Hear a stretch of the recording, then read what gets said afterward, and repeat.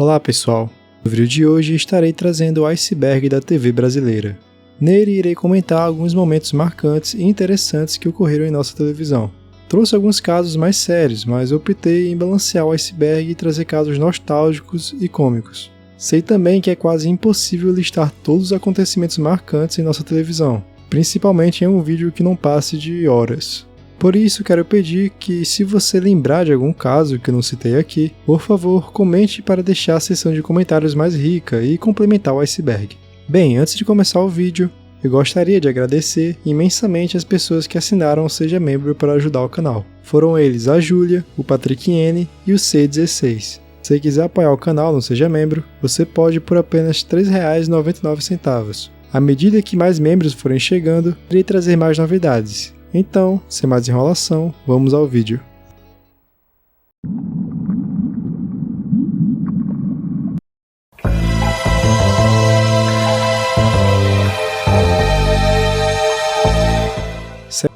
Silvio Santos. Em agosto de 2001, o apresentador Silvio Santos enfrentou um dos momentos mais dramáticos de sua vida. Sua filha, Patrícia Bravanel, foi sequestrada em sua residência no bairro do Morumbi, em São Paulo. Após uma semana em cativeiro, ela foi libertada após o pagamento de R$ 500 mil em resgate. Porém, menos de 48 horas depois, do dia 30 de agosto, Fernando Dutra Pinto, um dos sequestradores da filha do Silvio Santos, invadiu novamente a mansão da família Bravanel, só que dessa vez fez Silvio Santos de refém. Durante cerca de 7 horas, o apresentador permaneceu sozinho com o criminoso, que exigia um helicóptero para sua fuga, e a presença do então governador de São Paulo, Geraldo Alckmin, para que então pudesse se entregar. A situação só foi resolvida com a chegada de Alckmin, que garantiu a integridade física de Fernanda, permitindo a sua rendição pacífica.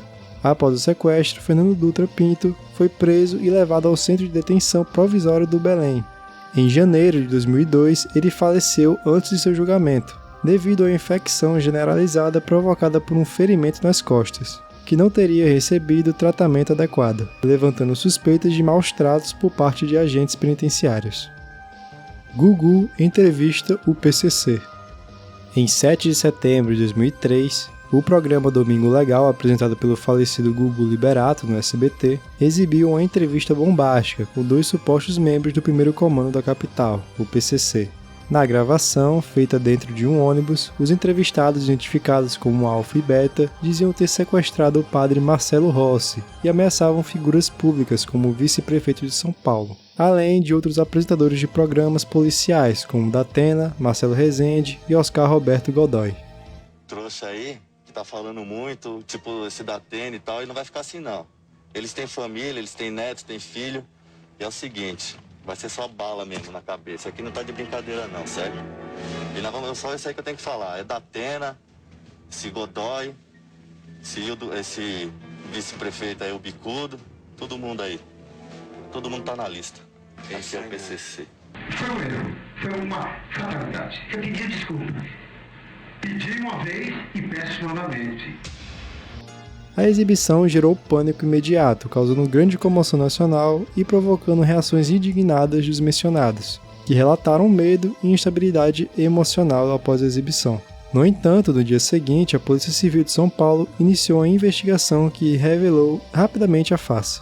Os criminosos eram, na verdade, figurantes contratados pela produção do programa, que teriam recebido R$ 150 cada. A entrevista não ocorreu em um local clandestino, mas sim em um ônibus estacionado no próprio pátio do SBT, com um roteiro inteiramente fornecido pela equipe de produção. O caso virou um escândalo nacional, resultando no indiciamento de membros da produção por apologia ao crime e falso testemunho. Gugu chegou a ser investigada, mas conseguiu evitar o indiciamento formal por meio de habeas corpus.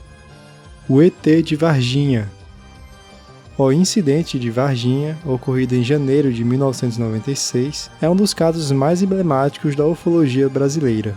Tudo começou no dia 20 de janeiro, quando 3 jovens, Liliane e Valquíria Fátima Silva, e também Kátia Andrade Xavier, afirmaram ter avistado uma criatura estranha em um terreno baldio. Descrita como de pele marrom escura, com olhos vermelhos e postura agachada, a figura assustou as meninas, que fugiram do local. Posteriormente, os relatos de outros moradores e até de um zelador do zoológico local reforçaram a ideia de que algo incomum havia ocorrido na cidade. A história ganhou proporções ainda maiores quando surgiram especulações sobre a captura de seres extraterrestres pelas autoridades militares brasileiras. Supostos relatos de militares anônimos indicavam que uma dessas criaturas teria sido levada para a escola de sargento das armas. No entanto, investigações oficiais concluíram que não havia evidências concretas de que seres extraterrestres haviam sido capturados. A hipótese mais plausível sugerida foi que as meninas haviam confundido um homem com deficiência mental, conhecido como Mudinho, com a criatura alienígena. Esse tal Mudinho ficava constantemente na mesma posição que supostamente o ET de Varginha estava, quando as meninas o encontraram. Acho que a explicação mais plausível para o ET de Varginha é o seguinte: naquela rua onde foi avistada a estranha criatura, morava um rapaz com deficiência, que ficava de cócoras. E o ET também estava de cócoras. Eu tendo a achar que realmente a solução mais racional é admitir que aquele rapaz foi confundido com ET. Plantões sobre a morte de Ayrton Senna. A cobertura da morte de Ayrton Senna, em 1º de maio de 1994, foi um dos momentos mais impactantes da televisão brasileira. O acidente aconteceu durante o Grande Prêmio de San Marino, em Imola, e as primeiras informações chegaram com cautela à imprensa. A Globo, que transmitia a corrida ao vivo, manteve Galvão Bueno e Reginaldo Leme no ar, tentando entender a gravidade da situação. Enquanto isso, a Rede Manchete foi a primeira emissora brasileira a anunciar oficialmente a morte de Senna, ainda durante a tarde, fato confirmado por arquivos da emissora e relatos de jornalistas da época. A Globo, por sua vez, só anunciou a morte por volta das 16 horas, em um plantão lido por Léo Batista, após a confirmação oficial vindo do hospital de Bolonha. Nos dias seguintes, a cobertura foi intensa e quase ininterrupta. A Globo e outras emissoras dedicaram horas à comoção nacional, mostrando o translado do corpo, o velório em São Paulo e o sepultamento, com plantões e transmissões especiais. Lendas Urbanas do Gugu.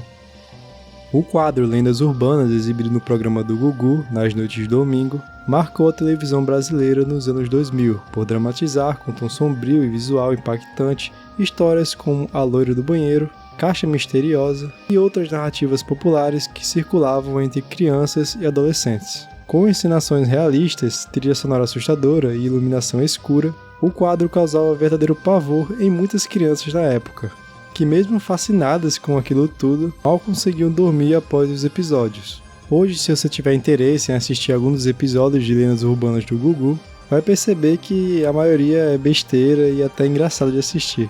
Porém, só quem viveu na época realmente sabe o pavor que era depois.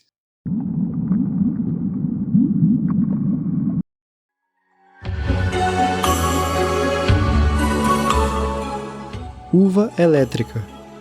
O choque da uva aconteceu em fevereiro de 1996, durante uma reportagem ao vivo para o Jornal do Almoço, transmitido pela RBS TV, que era uma afiliada da Globo na época. Essa reportagem foi feita na Festa da Uva em Caxias do Sul, no Rio Grande do Sul. O jornalista Lazier Martins, que na época falava sobre as variedades da fruta, encostou sem perceber em uma grade metálica eletrificada, removida do vidro protetor para evitar reflexos na câmera, e levou um choque de 220 volts.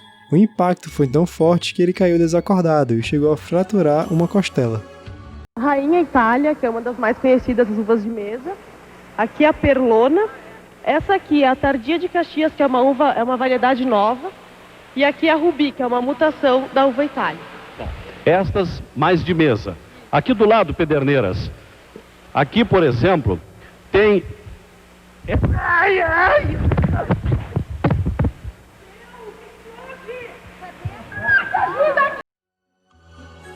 O incidente ganhou repercussão nos anos 2000, quando o vídeo foi compartilhado no YouTube e se tornou um meme viral. Lazier, hoje senador, já deixou claro seu desconforto com essa divulgação, classificando o momento como um dos mais dolorosos de sua carreira e afirmando que o YouTube não tem graça. Cassino no Sabadaço.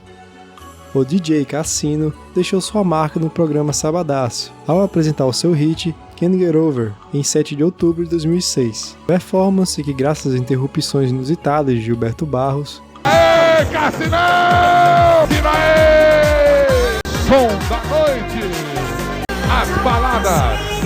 Se tornou um meme icônico da internet. Embora suas músicas já tivessem alcançado sucesso nas novelas da Globo, foi nesse momento televisivo que Cassino se eternizou na cultura pop brasileira. Caso Eloá. O caso Eloá Cristina chocou o Brasil em 2008 e ficou conhecido como o mais longo sequestro e cárcere privado já registrado no estado de São Paulo. Tudo começou no dia 13 de outubro, quando Lindeberg Fernandes Alves, de 22 anos, invadiu o apartamento de sua ex-namorada, Eloá Pimentel, de 15 anos. Eloá estava com 3 colegas fazendo um trabalho escolar, quando foi feita de refém.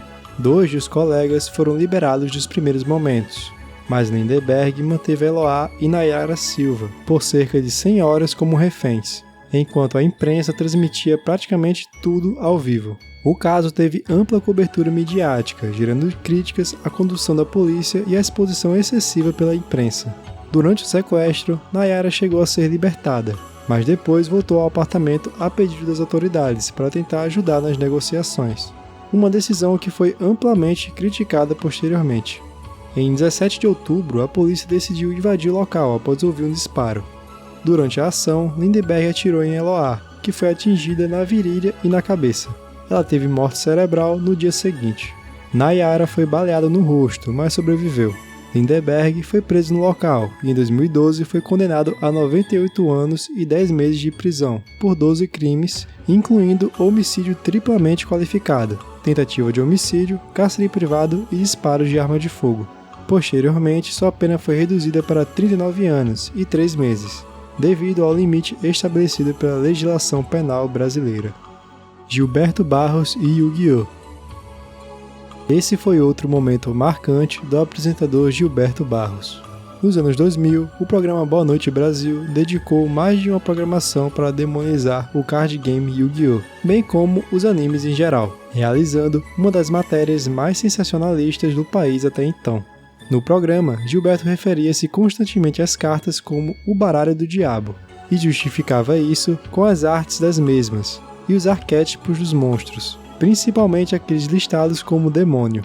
Além disso, animes como Dragon Ball também foram fortemente criticados e mal falados pelo apresentador, o que fez que muitos pais proibissem os filhos de jogar, além de queimarem as cartas e considerarem o conteúdo perigoso.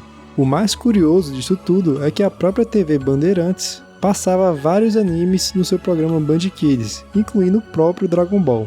É importante mencionar também que a íntegra dessa cobertura do Boa Noite Brasil sobre o Yu-Gi-Oh! É atualmente uma Lost Media, sendo encontrada uma parte do programa no próprio ano passado, como mencionei no vídeo das principais Lost Medias encontradas em 2024. Galo Cego. Galo Cego foi como ficou conhecido Daniel Orivaldo da Silva, que atuava como flanelinha em Maringá na época. Ele apareceu na televisão pela primeira vez na TV Maringá, por ter atirado uma pedra em um carro de uma mulher, quase acertando uma criança de 8 meses no processo. Após esta reportagem, ele foi liberado e deu outra entrevista com o mesmo repórter, que o entrevistou na primeira ocorrência. Entrevista essa que o consagrou como meme. Por conta de sua fala exótica e dificuldade em formar ideias ou frases, Daniel virou piada por muitos anos, sem que soubessem de seu real paradeiro. Atualmente, ele aparenta estar bem e se diz arrependido de ter jogado a pedra, pois estava sob efeito de álcool e não tinha noção de que havia uma criança atrás no carro. ET Bilu. O ET Bilu se tornou um dos personagens mais icônicos e bizarros da cultura popular brasileira nos anos 2010, após a exibição de uma reportagem no Domingo Espetacular, em 10 de outubro de 2010. Na matéria, o repórter supostamente conversa com um ser extraterrestre chamado Bilu, que surge na mata e solta a enigmática frase: "Qual a sua mensagem para a Terra, Bilu?" "Apenas que busque conhecimento." A gravação da matéria foi feita em Corguinho, no Mato Grosso do Sul, numa vila ligada ao Projeto Portal, grupo fundado pelo autodenominado ufólogo Urandir Fernandes de Oliveira, que alegava que o local concentrava intensa atividade alienígena e chegou a vender terrenos para interessados em viver próximos ao fenômeno.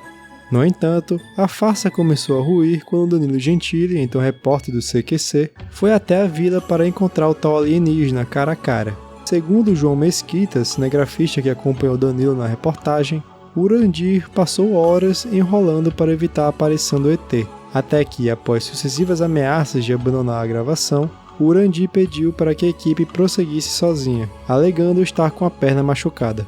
Foi então que, depois de algum tempo, Bilu apareceu novamente, protagonizando a famosa entrevista com o programa CQC. À minha disposição, qual posição você prefere, Bilu? Mais tarde, João afirmou ter visto e gravado o próprio Urandir vestido como ET.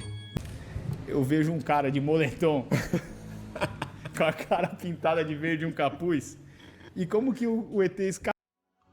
Logo após a filmagem, com o tempo a farsa perdeu força e o ET Bilu virou piada nas redes sociais.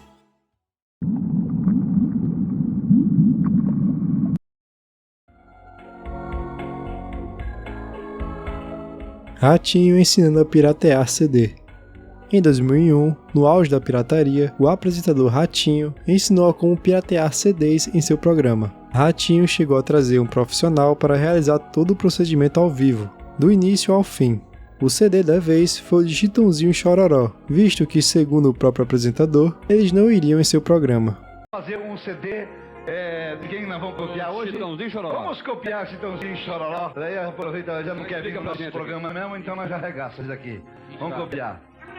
Esse é o meu CD original, do Chitãozinho e Chororó. Esse é o original do Chitãozinho e Chororó. Correto. Esse que a gravadora fez. E gastou uma nota preta pra fazer. Muito bem. Olha lá, esse é o que é? Esse é o meu CD pirata. É o CD Virgem.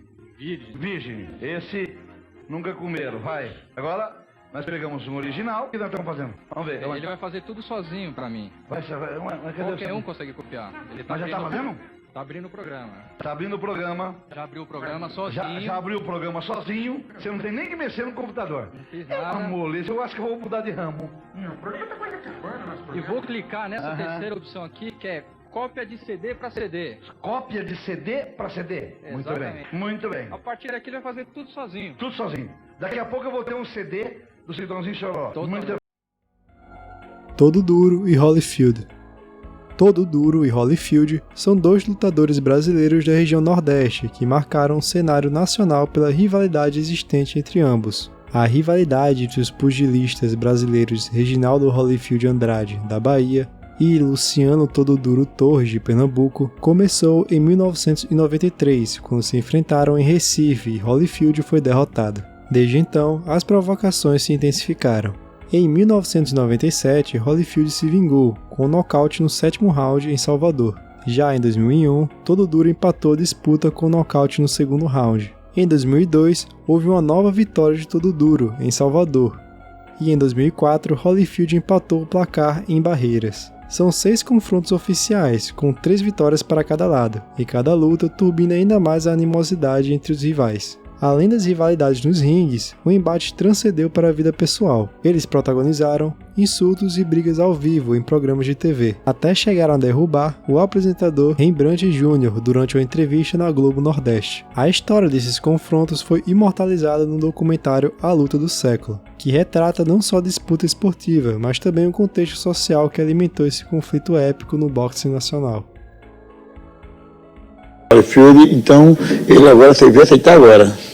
Demorou demais para... Demorou bastante, porque a gente lutamos 3 vezes, eu veio uma aqui em Recife, que a gente lutamos 2 assaltos aqui pro ponto, e 2 eu abri na Bahia, porque o povo baiano é um pouco assim, covarde, né, metendo garrafa, lata. Mas você...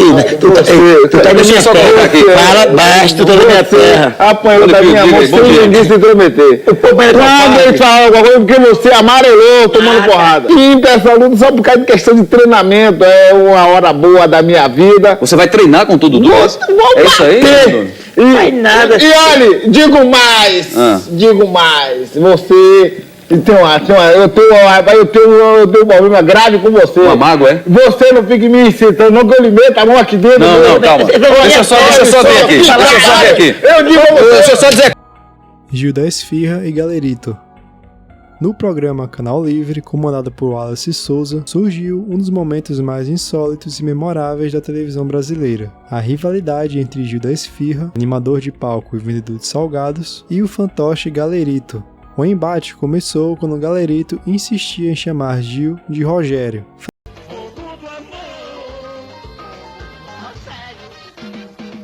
fazendo referência a uma música de Renato Fechini. Irritado com as constantes provocações, Gil acabou correndo atrás do boneco no palco, gerando uma cena bem caótica. O fantoche saltava, Gil se enfurecia e técnicos precisavam contê-lo enquanto o cantor Nunes Filho tentava cantar, sem parar, no fundo da cena. A repercussão foi tão grande que anos depois, a banda norte-americana Proto Mart prestou homenagem à cena no videoclipe da música Processed by the Boys, recriando o momento. Após isso, as brigas entre Galerito e Gil da Esfirra se tornaram um elemento do programa, com o boneco sempre perturbando Gil e apanhando logo em seguida. Gugu Negro. O quadro Táxi do Gugu, exibido no Domingo Legal nos anos 90, se tornou um dos mais icônicos da carreira de Gugu Liberato. A premissa era simples. Gugu se disfarçava, muitas vezes com figurinos curiosos, e se passava por um taxista, pegando famosos de surpresa. A câmera seguia o taxímetro enquanto ele conduzia as pegadinhas e interações ao vivo, criando momentos espontâneos e divertidos com celebridades e o público em geral.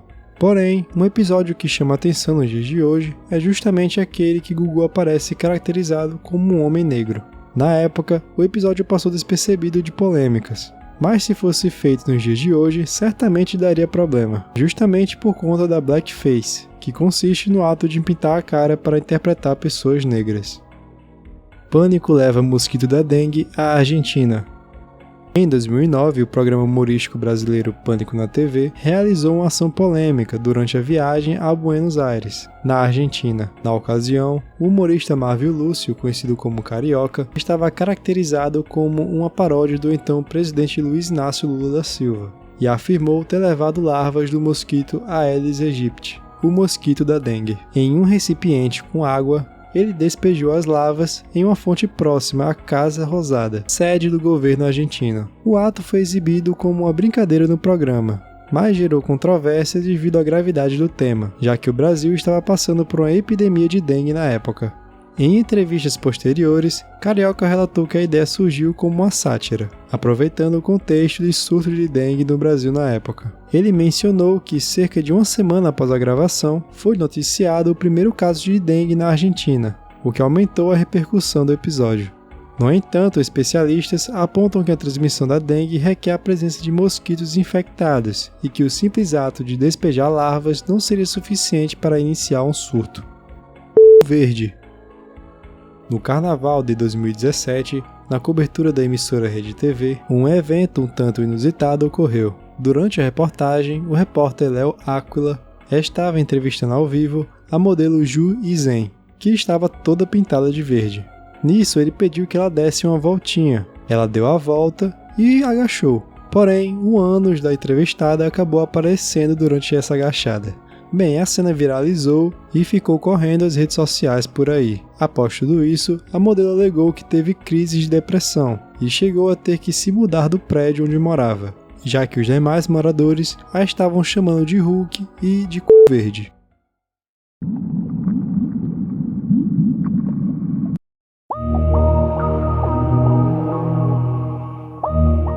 Xuxa satanista. Nos anos 80 e 90, era bem comum que certos famosos fossem acusados de realizarem pacto com o diabo. E com a apresentadora Xuxa, não foi diferente. Muitos teorizavam isso, alegando que a sua rápida ascensão na TV brasileira se deu por um suposto pacto que ela fez com o chifrudo. Os embasamentos eram principalmente seus próprios CDs, que quando tocados ao contrário, revelariam certas frases. A famosa Hilarie, por exemplo, teria uma letra para invocar o demônio. Porém, com o passar do tempo, essas teorias foram perdendo força, com a própria Xuxa desmentindo isso diversas vezes ao longo dos anos. Short Dick Man. A cantora norte-americana Sandra Gillette, famosa pela música Short Dick Man, foi convidada ao programa Xuxa Hits, que era um programa infantil exibido pela Globo em 95. Ela foi chamada ao programa justamente para cantar essa música, que tinha versos explícitos sobre pênis pequeno. Bem, essa performance foi transmitida para uma plateia infanto-juvenil, que provavelmente não fazia ideia do que estava sendo falado lá, gerando um momento bem constrangedor. Bem, ainda assim, parece que as crianças de alguma forma estão entendendo, o que deixa as reações delas impagáveis. in my whole life. Get the fuck out of here. Eeny, weeny, teeny, weeny, shriveled little short. Cine Privé.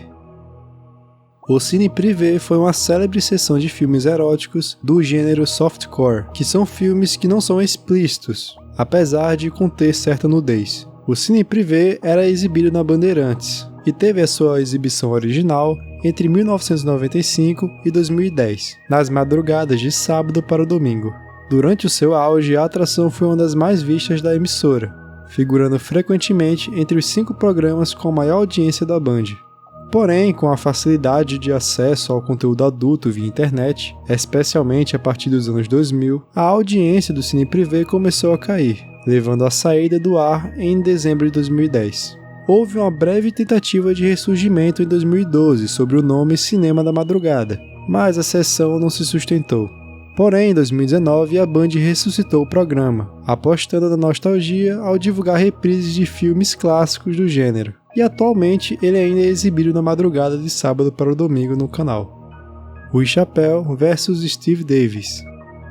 Rui Chapéu, nome artístico de José Rui de Matos Amorim, foi um dos maiores nomes da sinuca brasileira, conhecido por sua habilidade, postura elegante e pela inseparável boina branca. Nascido em Itabuna, na Bahia, ele ganhou notoriedade nacional durante os anos 1980, a popularizar a sinuca na TV, especialmente no programa Show do Esporte. Já Steve Davis era um britânico que era considerado o maior jogador de sinuca do mundo. Ele era multicampeão mundial e tinha 6 títulos conquistados. A rivalidade entre esses dois na sinuca nunca foi constante, mas marcou um ponto alto em 1987, quando eles se enfrentaram em uma partida histórica que foi televisionada no Brasil. A disputa ocorreu em São Paulo e foi exibida pelo Show do Esporte, tornando-se um marco não só para a carreira de Rui, mas também para a sinuca brasileira. Na ocasião, Rui Chapéu venceu Steve Davis, o que foi amplamente celebrado como um feito bem memorável, já que o britânico era o número 1 do mundo e o símbolo máximo de excelência no esporte. Essa exibição foi acompanhada por milhões de pessoas, e foi um fato muito responsável pela popularização da sinuca aqui no Brasil. Bem, infelizmente, Rui Chapéu faleceu em 29 de fevereiro de 2020, aos seus 79 anos, após um infarto fulminante. Na logo antiga da Globo. Esse tópico é referente à antiga logo da Rede Globo, que possuía um reflexo um tanto estranho. Esse reflexo era bem semelhante a um pênis masculino, porém, com certeza não passou de uma mera coincidência. Mas isso não impediu que muitos fizessem link com uma possível tentativa de mostrar uma mensagem subliminar pela emissora. Simpsons representando a TV brasileira. Os Simpsons já trouxeram um episódio em que eles estiveram no Brasil, e que foi muito criticado, inclusive pelo seu exagero. Porém, ao mostrar uma piada direcionada à TV brasileira, eles não exageraram nem um pouco. A piada mostrava a mulher loira com um decote extremamente exposto, fazendo uma clara referência à apresentadora Xuxa, ainda mais porque na cena dos Simpsons, essa loira estaria apresentando um programa infantil.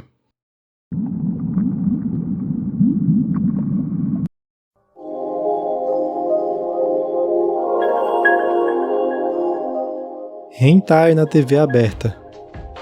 Nos anos 90, os animes estavam em alta na TV brasileira. Emissoras como Globo, SBT e Rede TV já aproveitavam o sucesso do gênero para atrair o público mais jovem. Percebendo que estava ficando para trás nessa tendência, a Band decidiu correr atrás do prejuízo e embarcar nessa onda também.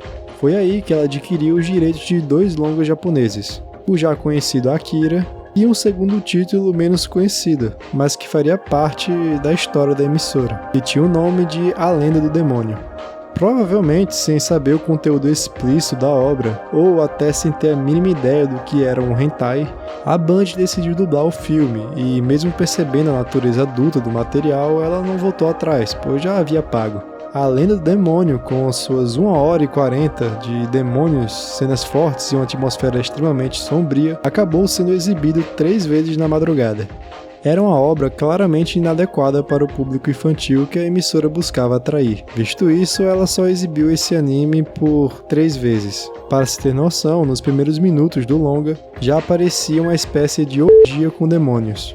Como era de se esperar, a Band não teve a experiência que ela queria, e a partir dali ela passou a ser mais cautelosa ao escolher os próximos animes que colocaria em sua programação. Soco de Netinho no repórter Vesgo. Em novembro de 2005, durante o troféu Raça Negra realizado na Sala São Paulo, Netinho de Paula estava presente para lançar oficialmente a TV da Gente. Na entrada do evento, o humorista Rodrigo Scarpa, que é conhecido como repórter Vesgo, aproximou-se de Netinho com trocadilhos e uma pergunta de duplo sentido. Irritado com essa abordagem, Netinho reagiu com um soco no rosto de Vesgo, e ainda no palco declarou que enfiaria o braço nele quantas vezes fosse preciso. Nossa, você tá abrindo o canal agora? Pra todo mundo?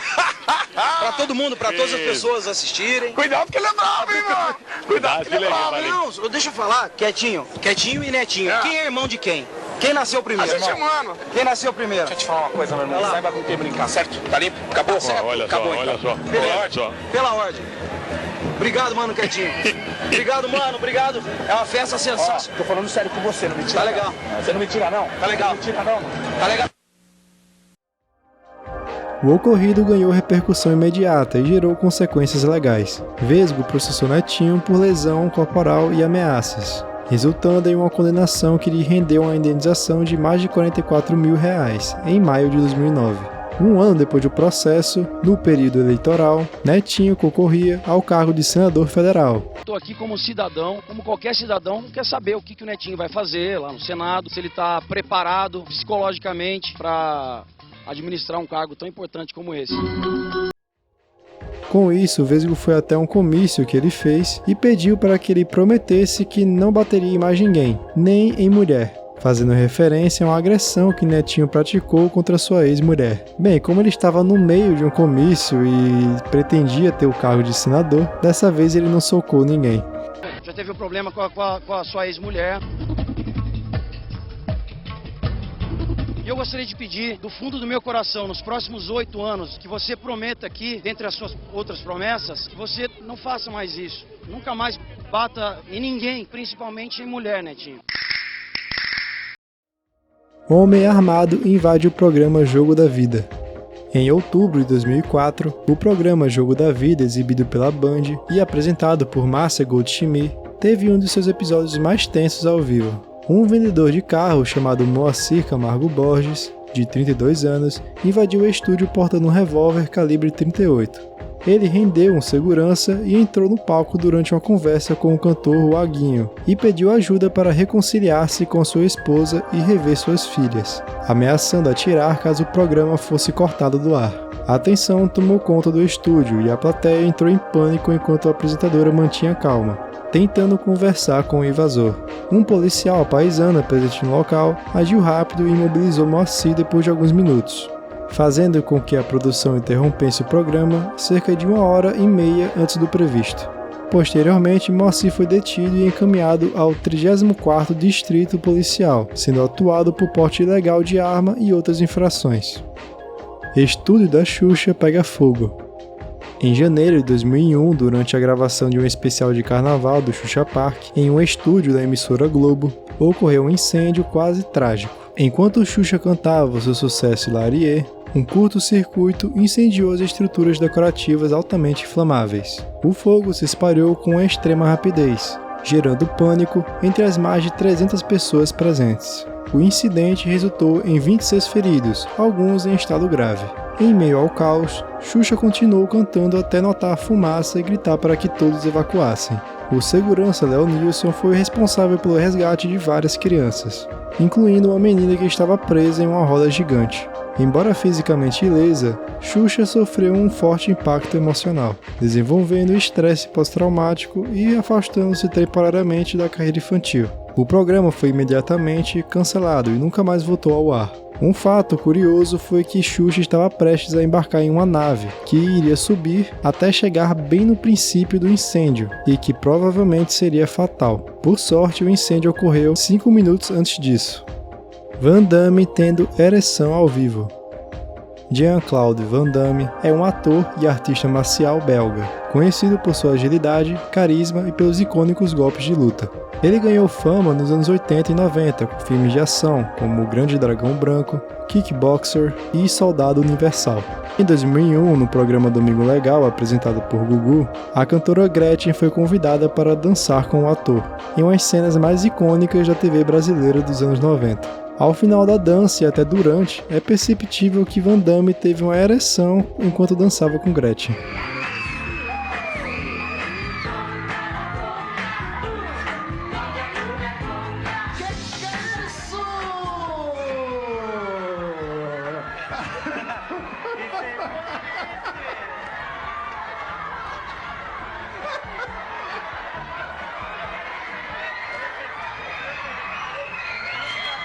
Ele não gosta de mostrar o bumbum? Ô, Gugu! Então...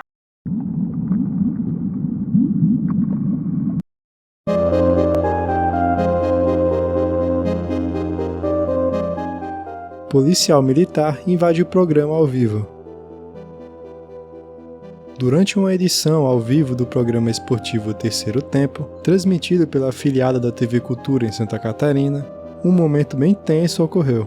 Em 12 de maio de 1986, o soldado Silva Vieira, policial militar de Florianópolis, adentrou o estúdio armado com um revólver calibre 38. Ele exigia que a transmissão continuasse e ameaçava atirar caso ela fosse interrompida, semelhante ao caso anteriormente comentado da apresentadora Márcia.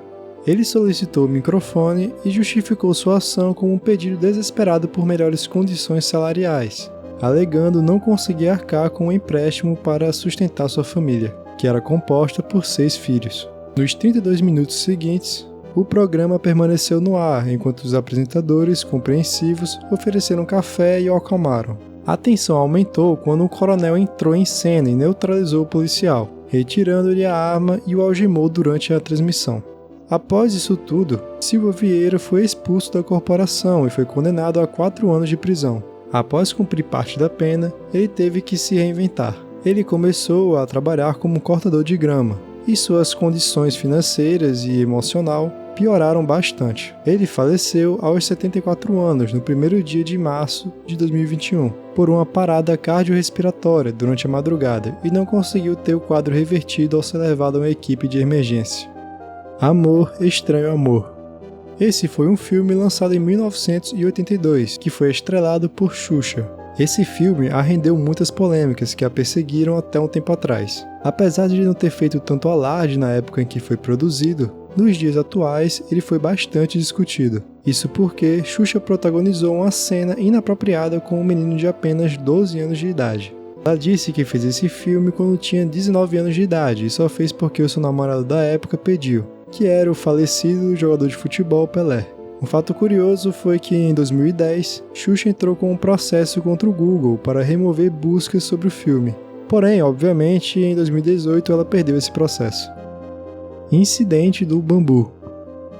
Essa foi uma piada feita por uma criança ao falecido apresentador Silvio Santos em 1986. Essa situação é icônica, pois foi um dos poucos momentos da TV brasileira em que o apresentador Silvio Santos ficou sem jeito. Quase 40 anos depois do incidente, o programa Silvio Santos, do SBT, veio às redes sociais para procurar pela moça do bambu. Em um post no Instagram, a equipe do programa pediu para que, se alguém a conhecesse, marcasse a piadista nos comentários da postagem. Após algumas marcações, ela foi identificada como Daisa Lazarte, que se desculpou pela piada que fez na época. Bambu? Não, é o poste da luz em cima, a mulher da luz embaixo. O poste da luz em cima, tá certo. A mulher da luz embaixo. E o bambu?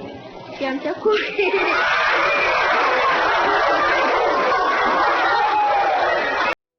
Comercial bizarro da MTV.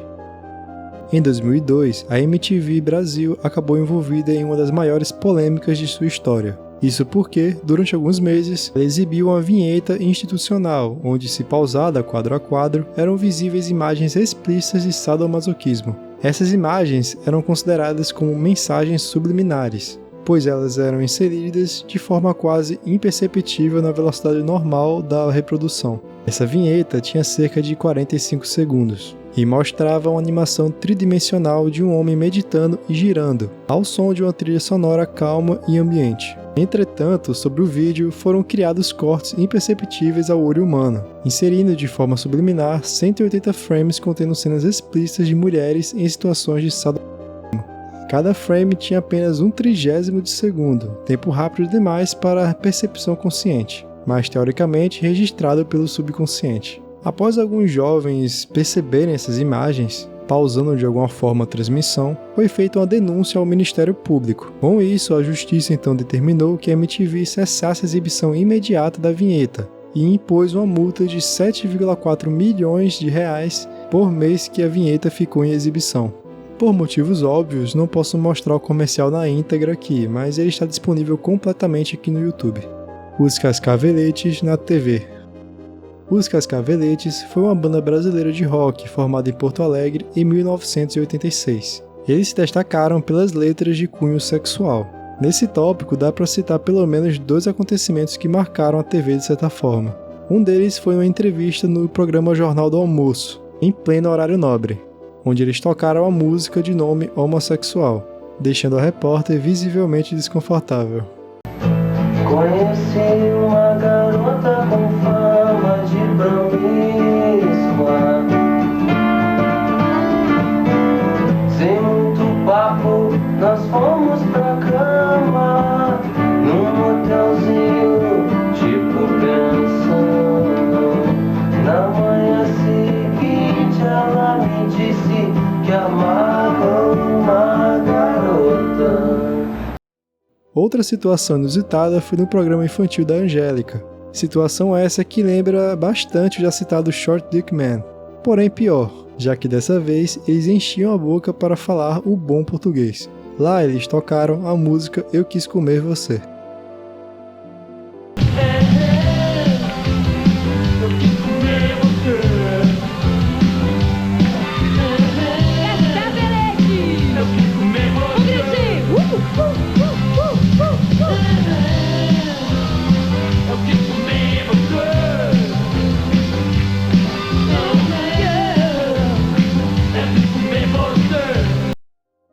Sushi erótico do Faustão. Em outubro de 1997, o Domingão do Faustão exibiu uma adaptação televisiva do Nyotaimori, uma prática japonesa em que sushis são servidos sobre o corpo nu de uma mulher, que no caso do programa era o quadro Sushi Erótico. No palco, 3 modelos apareceram deitadas em mesas nuas, com folhas de alface e peças de sushi cobrindo partes estratégicas, enquanto alguns atores conhecidos retiravam a comida diretamente de seus corpos. Apesar da tentativa de apresentar como curiosidade cultural, o tom sensual era evidente e foi transmitido em plena tarde de domingo para milhões de famílias.